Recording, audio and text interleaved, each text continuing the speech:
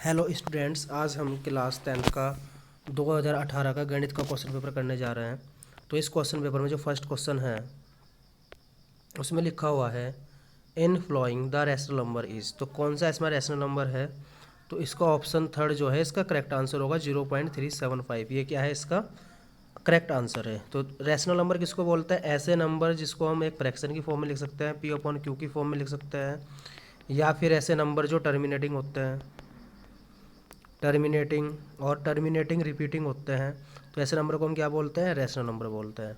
बाकी इसके जो बचे हुए ऑप्शन है √2 और 5 माइनस √3, ये कैसे हैं? ये इरेशनल नंबर है। अगर क्वेश्चन बनता है कि इरेशनल नंबर बताओ, अगर वहाँ पर √2 √3 √5 या पाई ऐसे नंबर आते हैं तो ये इरेशनल नंबर के एक आंसर है। नेक्स्ट क्वेश्चन है प्रोडक्ट ऑफ द जीरोस बताना है हमें इसका। x² + 7x + 10। तो प्रोडक्ट क्या होता है? प्रोडक्ट होता है c/a। तो a b c, a कितना है? 1 है, b कितना है? 7 और c कितना है? 10 है। तो प्रोडक्ट कितना हो जाएगा? c/a। c कितना है इसमें? 10 और a कितना है इसमें? 1। 10/1 कितना हो जाएगा? 10।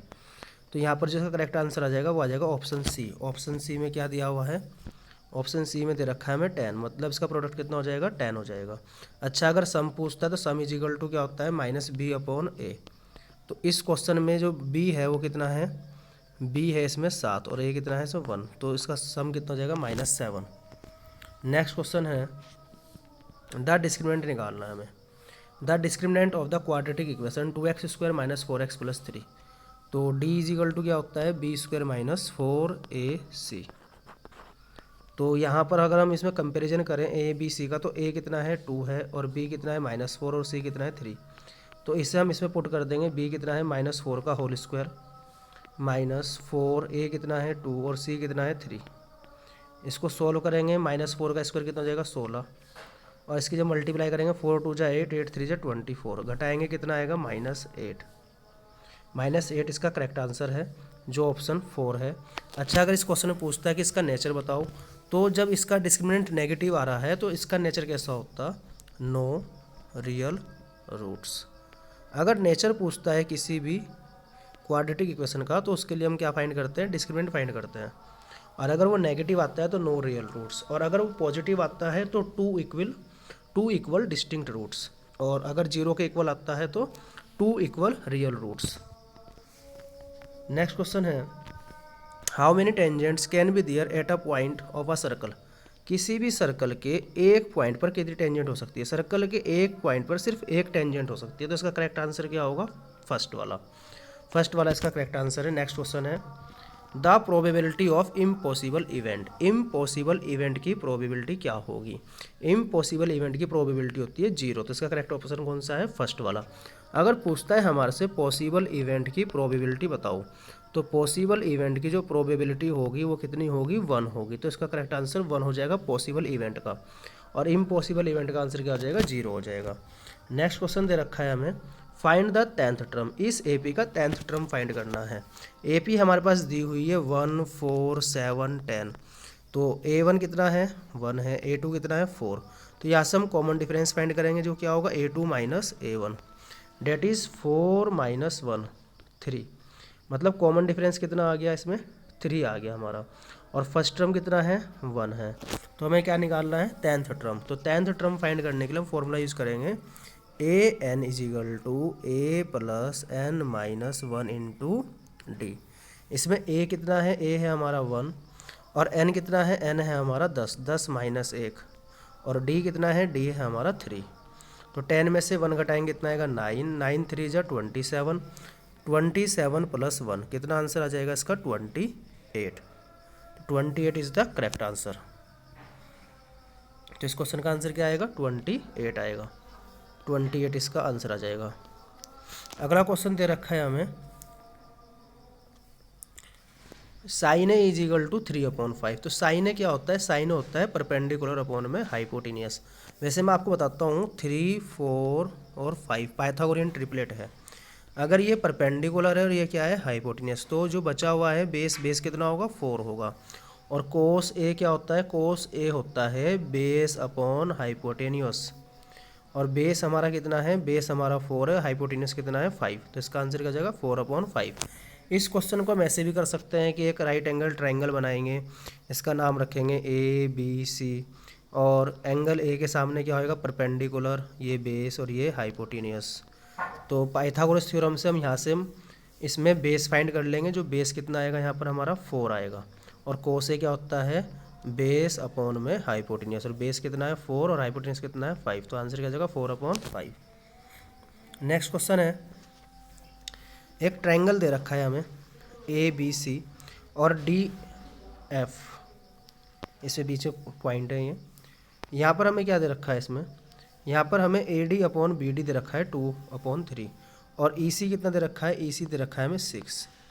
हमें ए ई फाइंड करना है, तो इस क्वेश्चन को हम किससे करेंगे, बी पी टी से, बाई बेसिक प्रोपोर्शनलिटी थ्योरम। इसमें क्या होता है, ए डी अपॉन में B D is equal to A E upon में ई सी।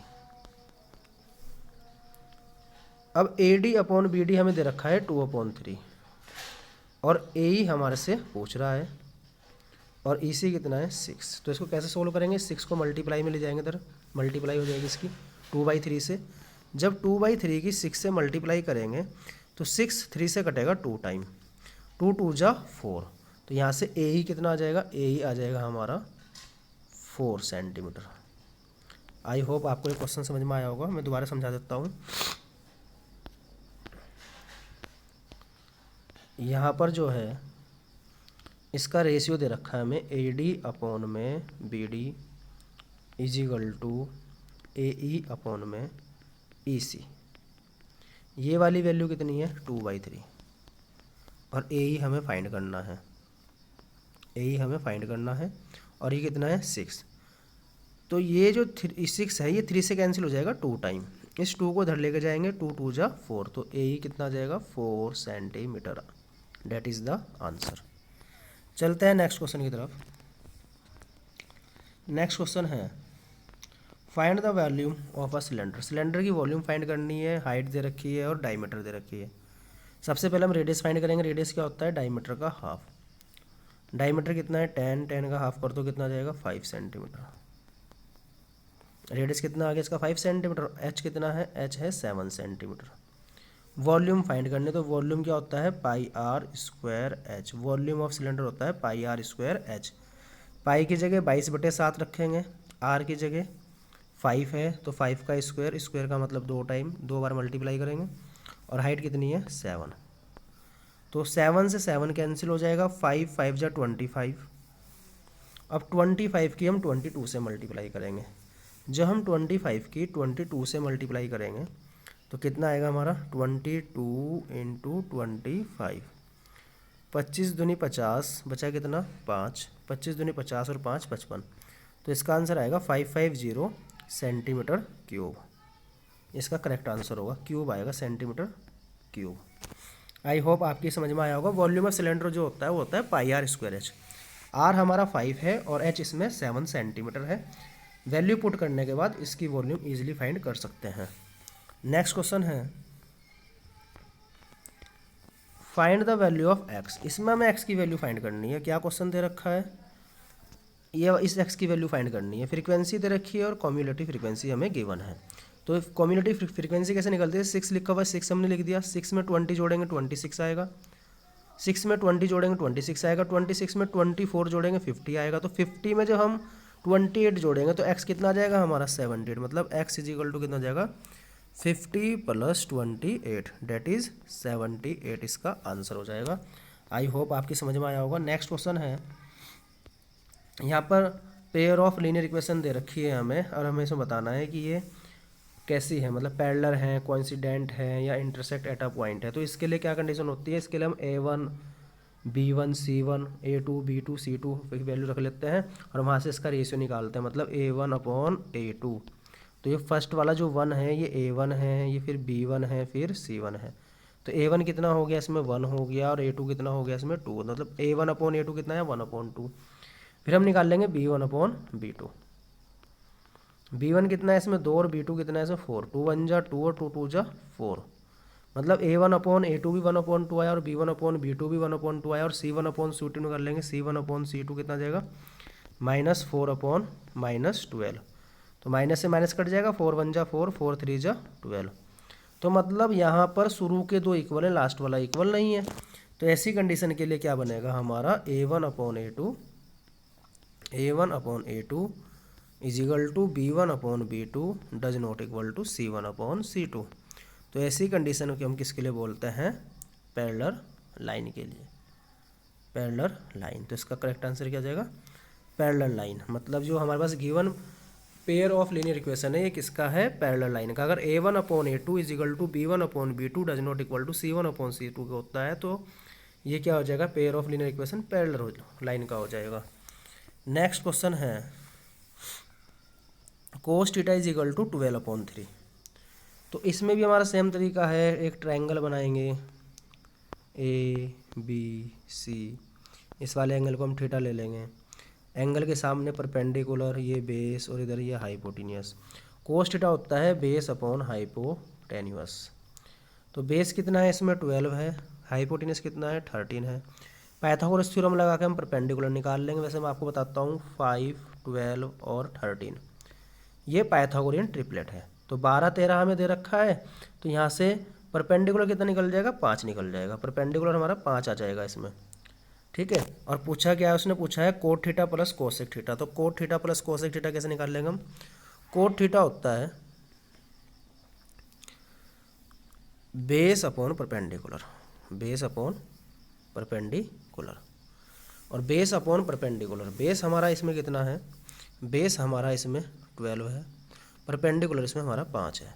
फिर हम निकाल लेंगे कोसेक थीटा। कोसेक थीटा क्या होता है, हाइपोटेन्यूस अपॉन में परपेंडिकुलर। हाइपोटेन्यूस कितना है हमारा 13 और परपेंडिकुलर कितना है 5। इन दोनों को ऐड करना है, क्या क्या ऐड करना है, 12/5 प्लस 13/5। जब ये डिनोमिनेटर सेम होता है 5 5 है तो हम इसको सेम 5 लिख देंगे और ऊपर वाले को हम ऐसे ही जोड़ देंगे क्योंकि हमारा डिनोमिनेटर सेम है। तो 13 + 12 कितना होता है 25। जिसको हम 5 से भाग करेंगे तो 5 बार कटेगा, तो मतलब इसका आंसर कितना आ जाएगा 5 आ जाएगा। आई होप आपको ये क्वेश्चन समझ में आया होगा। सबसे पहले हमारे पास यहाँ कोस थीटा गिवन था 12/13, ये बेस अपॉन हाइपोटेन्यूस होता है। हम यहाँ से परपेंडिकुलर फाइंड कर लेंगे, परपेंडिकुलर फाइंड कर लेंगे तो कोट थीटा निकाल लेंगे। कोट थीटा क्या होता है, कोट थीटा होता है हमारा बेस अपॉन परपेंडिकुलर। फिर कोसेक थीटा फाइंड करेंगे, कोसेक थीटा क्या होता है हमारा हाइपोटेन्यूस अपॉन में परपेंडिकुलर। इन दोनों को हम ऐड कर देंगे तो हमारा आंसर कितना आ जाएगा 5 आ जाएगा। आई होप आपको ये क्वेश्चन समझ में आया होगा। नेक्स्ट क्वेश्चन है, अब मैं क्वेश्चन समझा रहा हूँ, बाकी ट्राई कर लेना। Find a point on the y axis. Y axis पे हमें कोऑर्डिनेट निकालना है। तो वाई एक्सिस का जो कोऑर्डिनेट होता है वो क्या होता है 0,y। मतलब एक लाइन सेगमेंट है ए और बी, इस पर एक कोई एक पॉइंट P है जो वाई एक्सिस पर है। तो वाई एक्सिस पर क्या हो गया हमारा 0,y। ये जो पॉइंट P है ये इक्वी डिस्टेंट है ए और बी से। ए कितना है 6,5 और बी कितना है -4,3। तो उसने बोला जो ये पॉइंट जो P है ये इक्वी डिस्टेंट है ए और बी से। इक्वी डिस्टेंट का मतलब क्या हुआ, मतलब P की ए से डिस्टेंस और P की बी से डिस्टेंस आपस में क्या है बराबर। मतलब AP इजिकल टू क्या है BP। यहाँ पर हम AP फाइंड करेंगे और BP फाइंड करेंगे और इसको सोल्व करेंगे। यहाँ से हमारे पास y की वैल्यू आएगी। जब y की वैल्यू आएगी उस y की वैल्यू को हम इस पॉइंट में रखेंगे तो यहाँ से हमारा P निकल जाएगा। नेक्स्ट क्वेश्चन है इसी का और वाला, find the coordinate of a mid point. एक लाइन सेगमेंट है जिसका हमें मिड पॉइंट फाइंड करना है। तो कैसे फाइंड करेंगे, यहाँ पर हमारे पास 4,-1 और -2, -3 दे रखा है। तो मिड पॉइंट फाइंड करने का एक फॉर्मूला है।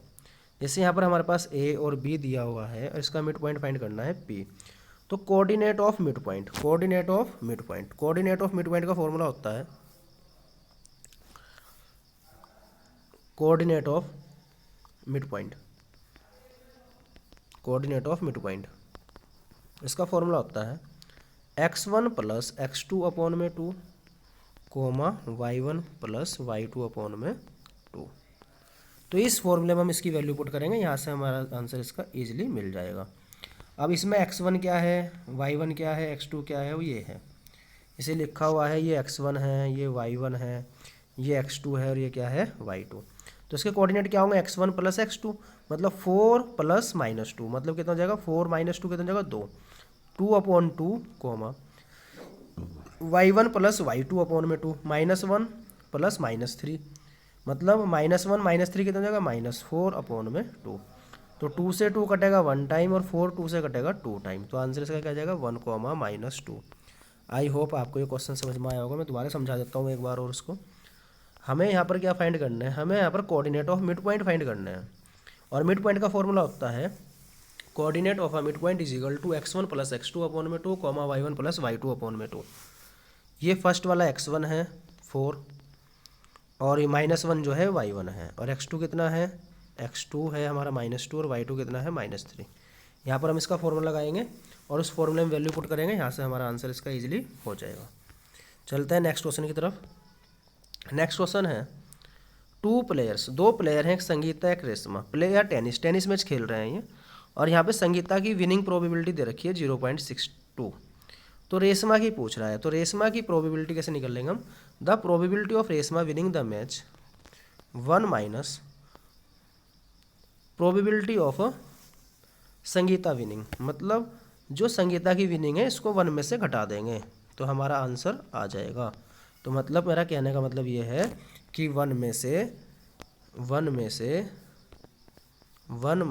0.62 करेंगे तो यहाँ से हमारा आंसर जो आएगा वो कितना आएगा 0.38।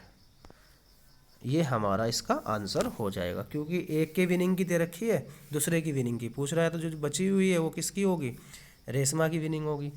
नेक्स्ट क्वेश्चन बहुत इजी है।